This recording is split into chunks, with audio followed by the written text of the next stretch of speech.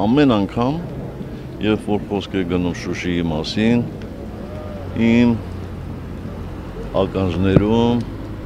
զրնգում է Վալերի Չիչյանի խոսքերը,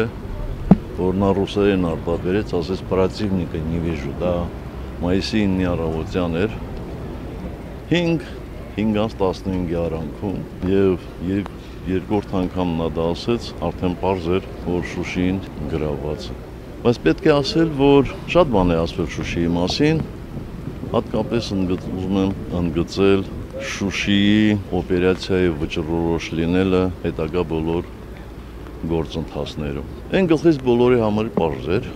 որ Շուշիում հաջողություն ունենալու պարագայում հաղթանակը գրեթե ապահովված էր,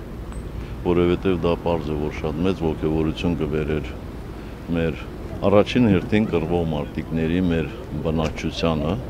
բնականաբար շատ բացասական ազդեցություն կունենար ադրբեջանցիների վրա, բայց մյուս կողմից էլ ձախողման պարագայում մենք կանգնելու ենք ամբողջովին ոչնչացման պարտության եզրին։ Հենց այդ պատճառով է, որ մենք տևական քննարկումներ ունեցանք Շուշիի օպերացիայի մշակելու ընթացքում և ի վերջո որոշեցինք օրը։ Մինչ այդ երկու անգամ որոշել էինք, բայց ինչ-ինչ պատճառներով հետաձգեցինք և որոշեցինք այդ օրը։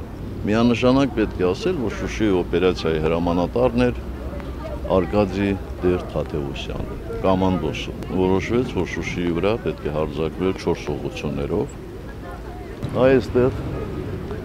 տղաներից շատ-շատերը մասնակցել են այդ օպերացիային և պետք է ասել, որ Շուշին գրավվել է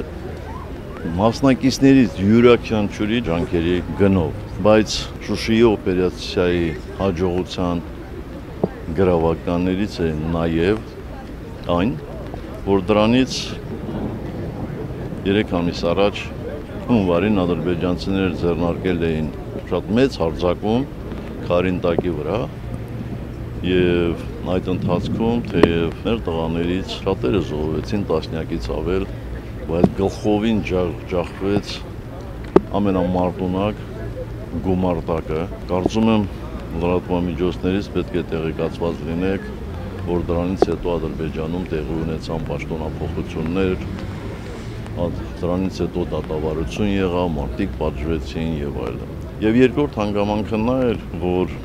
Ադրբեջանում այդ ժամանակ ուղղակի ներքաղաքական